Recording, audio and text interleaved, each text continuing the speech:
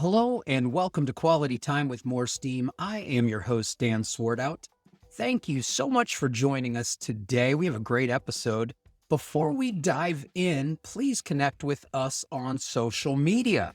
You can find us on Facebook, Instagram, and LinkedIn for updates about the show and more great content. I will put the links to our social media in the show notes for today's episode. In this episode, I am excited to bring you a conversation with Chris Spranger. Chris is a Lean Six Sigma Master Black Belt with a high-flying set of skills, a slam dunk of expertise, and strong ties to the state of Wisconsin. I said all that because Chris was a star athlete in both basketball and the high jump at Wisconsin Rapids Lincoln High School.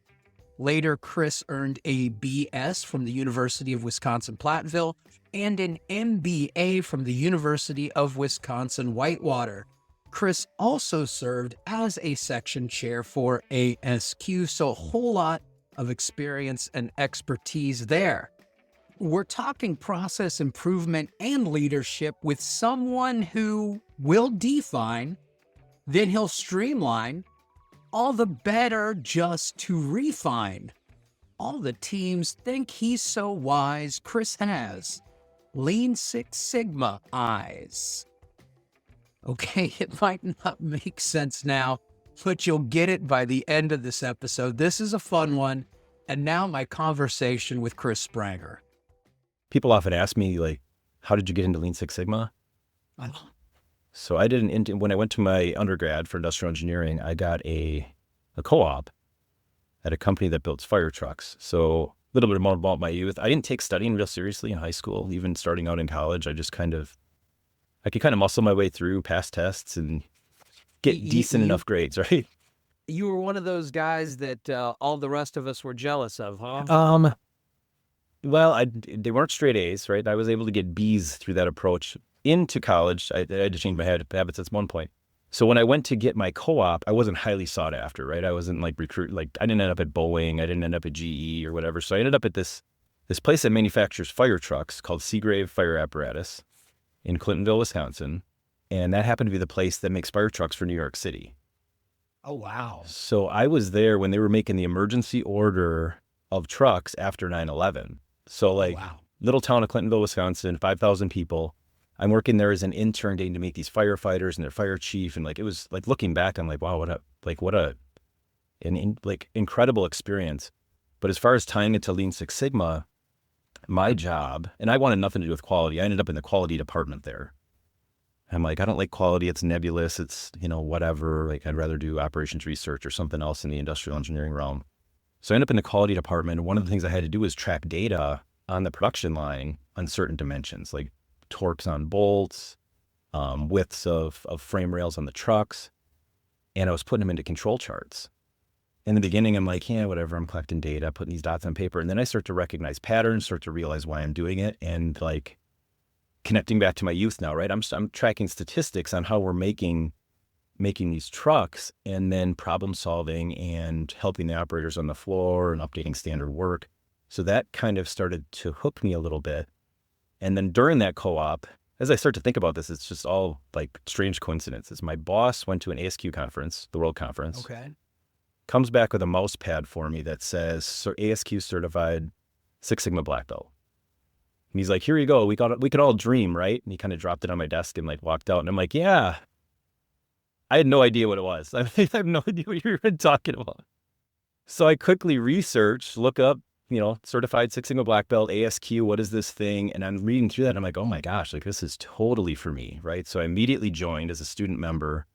And that Christmas, my mom asked me what I wanted. And I'm like, you know what? There's a book called Lean Six Sigma by Michael George. Could you buy that for me? And that's how I got started into my journey, right? So she's like, you want a book? And I'm like, yeah, I'm totally, and I could have bought the book myself, right? But it was that's kind of how the wheels started. And yeah, and I got my first job at an aerospace manufacturer that worked for, in the supply chain for GE. So I'm sitting alongside black belts and green belts and getting mentored by them. And I moved to healthcare, got my black belt, and yeah. You were certified ASQ black belt, certified ASQ master black belt, Yep. correct? Yep. So I got So my, again, that Wisconsin connection. It's all there for you, Chris. right. So the ASQ black belt. So ironically, my ASQ black belt in '09, which was a stipulation of me moving over and running the Lean Six Sigma program at this hospital, was through ASQ, and obviously MoreSteam powered the ASQ curriculum. So that was my first exposure to MoreSteam. And then 5-6 years later, I was looking for a new job. I was at the ASQ conference in Milwaukee, come across the booth with Kathy Miller and Bill Hathaway.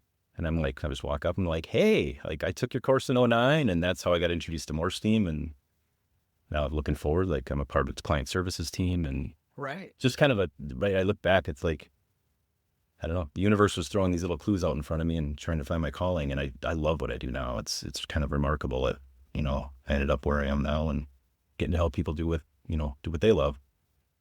I have to say, I could be doing this show for 100 years, and I doubt I will find somebody else who asked their parents for a Lean Six Sigma book for Christmas.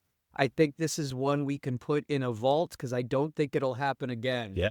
I was 23 years old and I wanted a book on Lean Six Sigma. And again, my study habits were terrible to that point.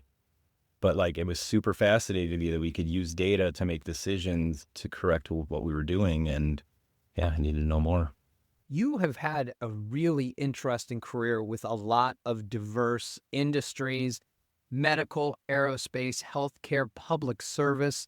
How do you adapt Lean Six Sigma methodologies to meet the challenges of so many diverse sectors? I think that's very interesting looking at the course of your career. Yeah. So the first thing I always want to know when I work with a client, and again, regardless of industry, because people are like, what do you do? So I kind of try to explain that. They're like, oh, you're a healthcare consultant. I'm like, no. Oh, you're a manufacturing consultant. No, I'm not that either. Right. Oh, insurance. Like, no.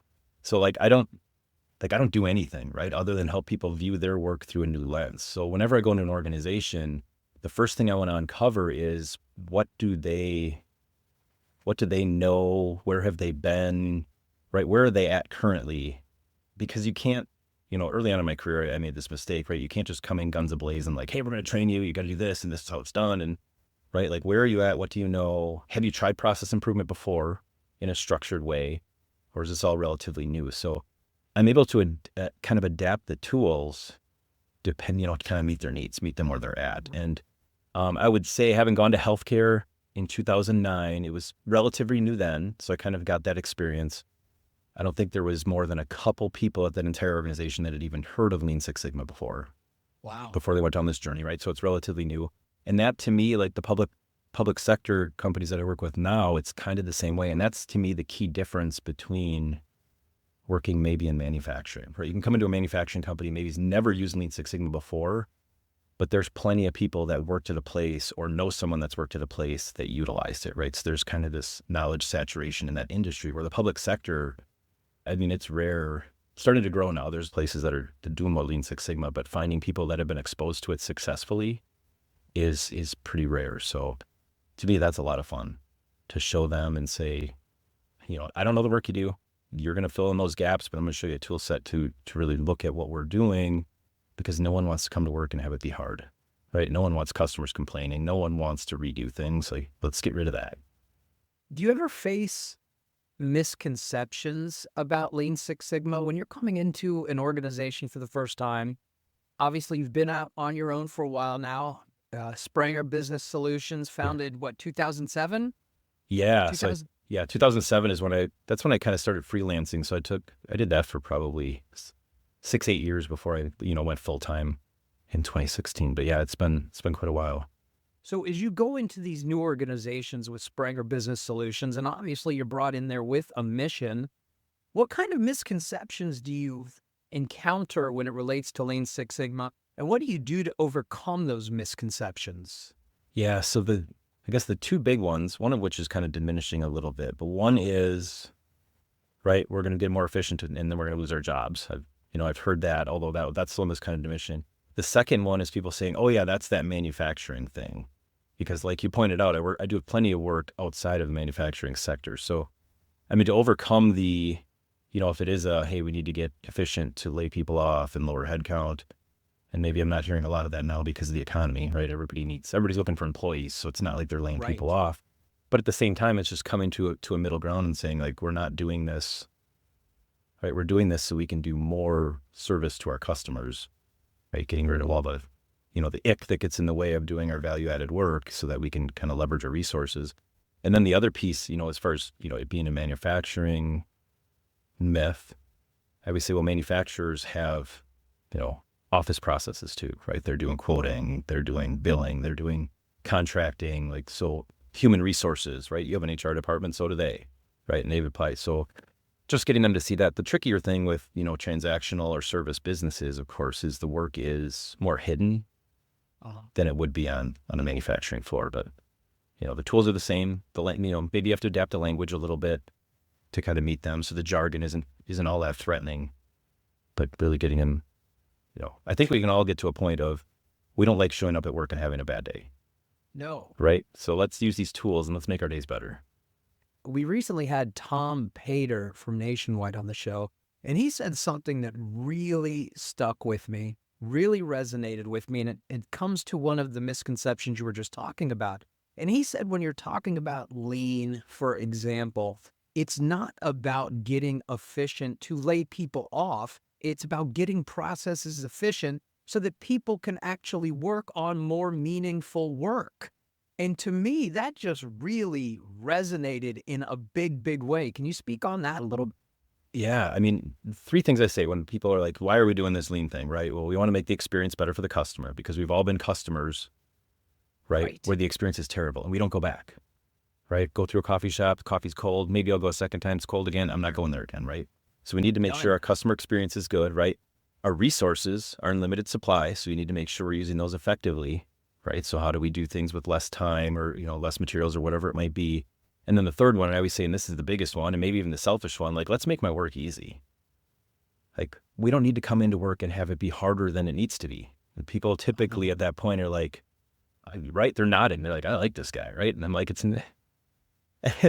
and I'm like, one of my peers who's really good at this, he always claims I'm the laziest guy in the room because I'm going to find the easiest way to do this work. And they laugh, like, and it's not about cutting corners.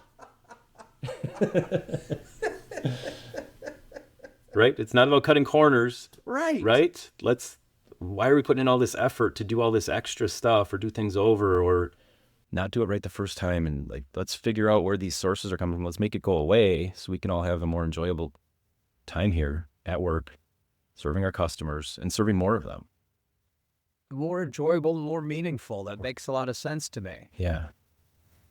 You stumbled upon Lean Six Sigma back at your co-op with the manufacturer of fire equipment. You asked for the book from your parents. You went on this journey. For people who are just starting their Lean Six Sigma journey, what's one piece of advice or mindset shift that you believe could set that person up for success? What's one thing you'd tell them at the start? Oh my gosh, this is a good question. So if I were looking back, and I learned this lesson throughout my career, I got fascinated and drawn in by the tools, the Lean Six Sigma tools, the analysis, the stats, the graphs, and how you could speak this new language. And early on, I guess some of my failure is I would understand the problem and I would understand the solution much quicker than my audience. Mm-hmm. So a lot of times I would run into, here's a presentation, here's the problem, here's the analysis, hey everybody, here's the solution. Why don't you love it? Right. And they wouldn't, right? And I would get frustrated because why don't they see it? And at some point, I turned the finger away from them and turned it back at myself and said, why haven't I given them the opportunity to come along with me, right? Instead of running out ahead and learning these tools.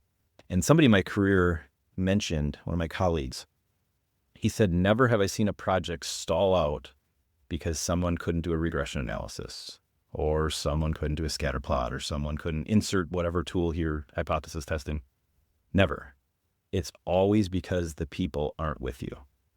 And I took it, and we were kind of having this conversation. I took it, I'm like, well, I agreed with him. I'm like, there's got to be a counter argument there. And I'm not convinced there is. So, one of the big things with Lean Six Sigma is it is about the people, and it is about bringing them along and helping them, understand this journey that you're on. And it doesn't really pay in a lot of cases to run out ahead of them with the analysis unless you're bringing them with it. So I guess my piece of advice would be, if you think you're going to get resistance, right, let's work through that right now. Let's immediately, let's not even wait, as you go through your DMAIC project, let's not wait till improve and then raise the curtain and say, hey, surprise, here's the solution, right? Let's talk to them on day one. Once we get our charter, let's start spreading the word. And there is a lean term, Nimawashi, for that, where you're spreading the word and you're getting in contact with people. And I intentionally do this with all the projects that I work on. And I always coach people to do this, but I'm like, find your stakeholders and go have a conversation with them, whether that's by the water cooler, after a meeting. And I want you to do really 3 things. 1, tell them that this project is happening, right? Here's the problem. Here's what we're trying to do, right? And then admit you don't have the answers. Like, hey, we just started. We don't know what we're going to do, but something's going to change here. Or we'll work through this path to try to figure that out. So that'd be the second piece. And then the third piece is, hey, if you have any ideas, we'd love to hear them. Okay. So you don't have to answer me right now, right? Go back. But if you think of something, certainly get a hold of us because we want to know what you're thinking. And those 3 things, right? Tell them it's happening, right? Tell them you don't really know what the answer is, and then ask for their feedback, closes the loop on what I've heard when people resist change, right? They always say, no one asked me, no one told me.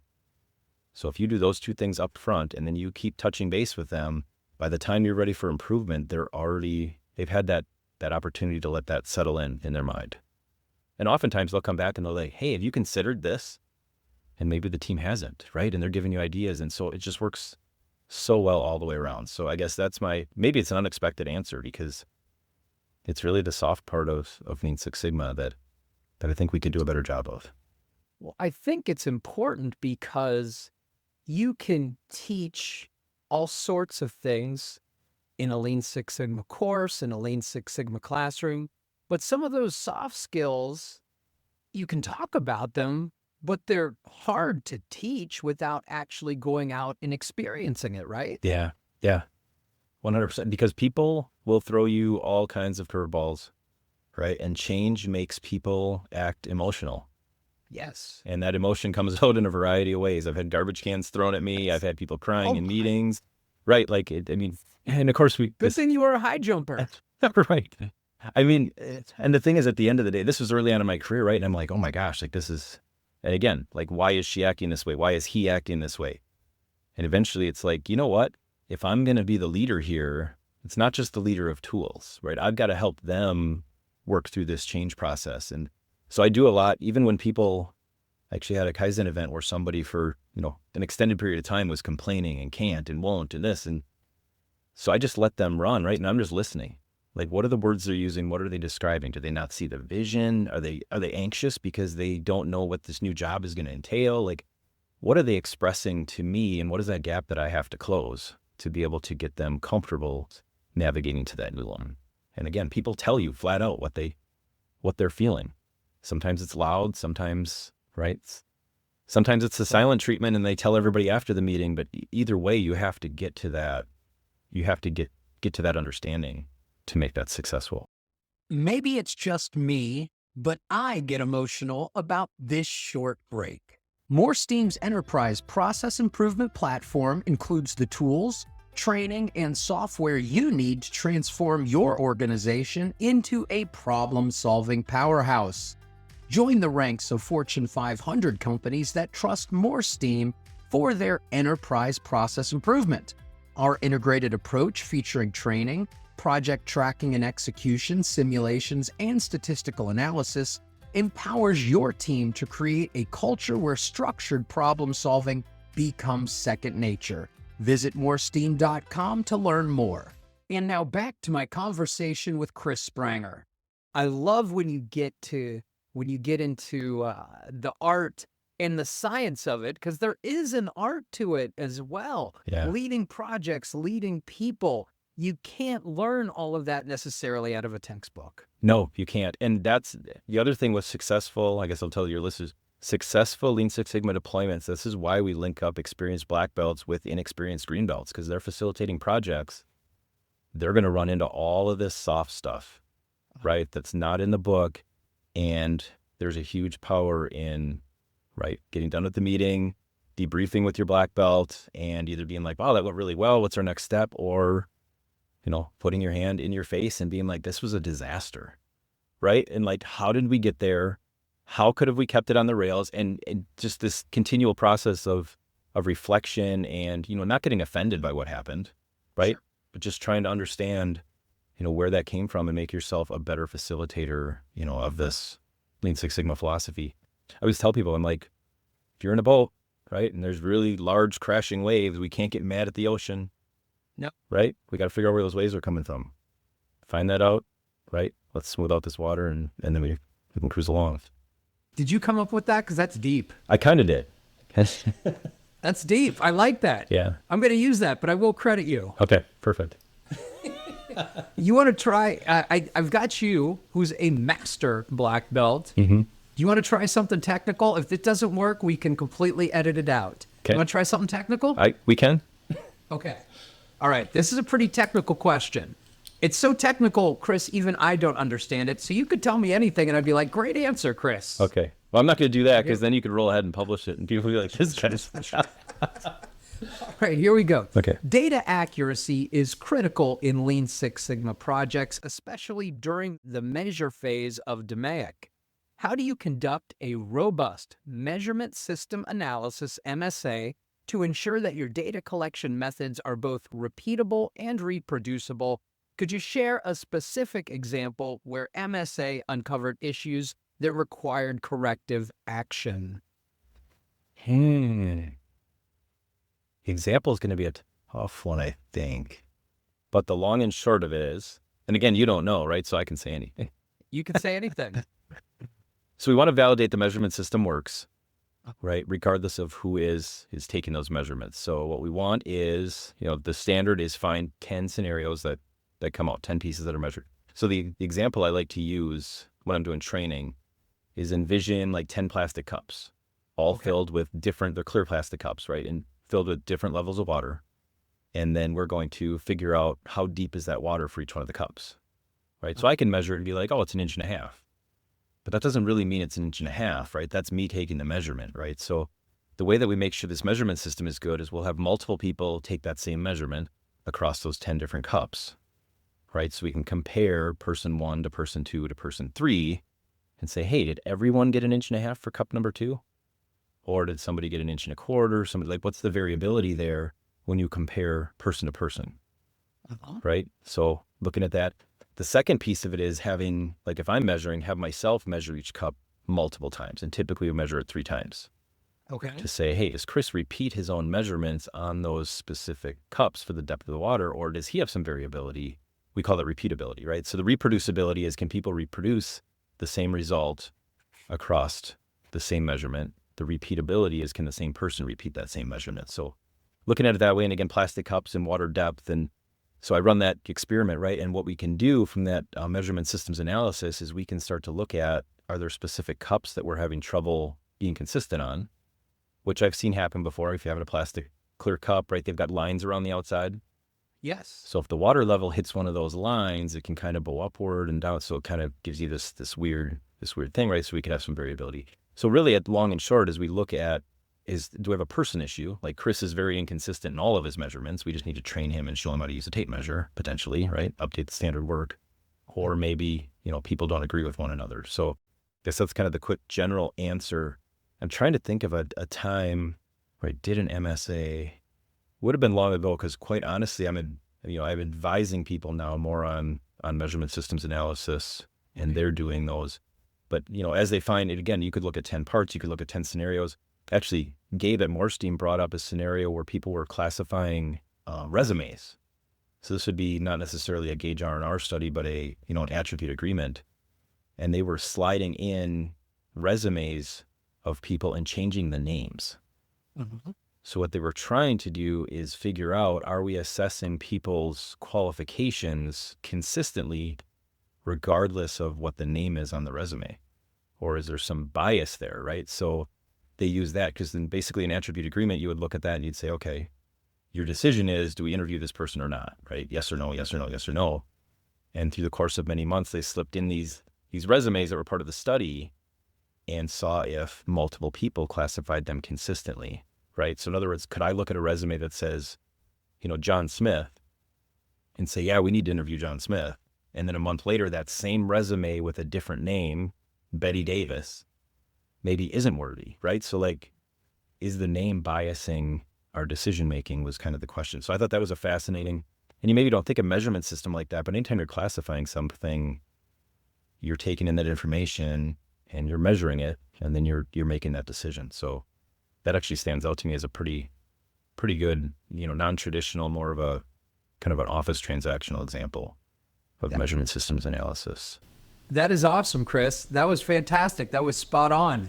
I really think it was. Yeah. I really think it was. And for the benefit of our listeners out there, I will not close out the podcast by singing Betty Davis Eyes, because it's been in my head ever since she said Betty Davis. I'm like, is Kim Carnes the next resume that's coming through? Right, that's right. Are you a singer? I'm no Kevin Keller. How about that? I guess you only just get discovered if you put yourself out there. Chris, this has been an absolutely fantastic discussion. I've very much enjoyed all the time I've interacted with you through MoreSteam. I appreciate all the work that you do. Hear nothing but great feedback regarding you in the field, you in the classroom. So thank you so very much. And thank you so much for spending some time with us here today on Quality Time with MoreSteam. This has been a phenomenal conversation, and I appreciate it a lot. Thank you, Chris. Yes, thank you. I really enjoyed it. And thank you for listening to Quality Time with MoreSteam. You can email the show at qualitytime@moresteam.com. And if you enjoyed the show, please leave a rating or review on your favorite podcast service. Also, please go ahead and visit our website, moresteam.com, to learn about the software and tools that can help you solve problems, eliminate waste, and do things better. We'll be back in 2 weeks with more Quality Time with MoreSteam. Thanks again.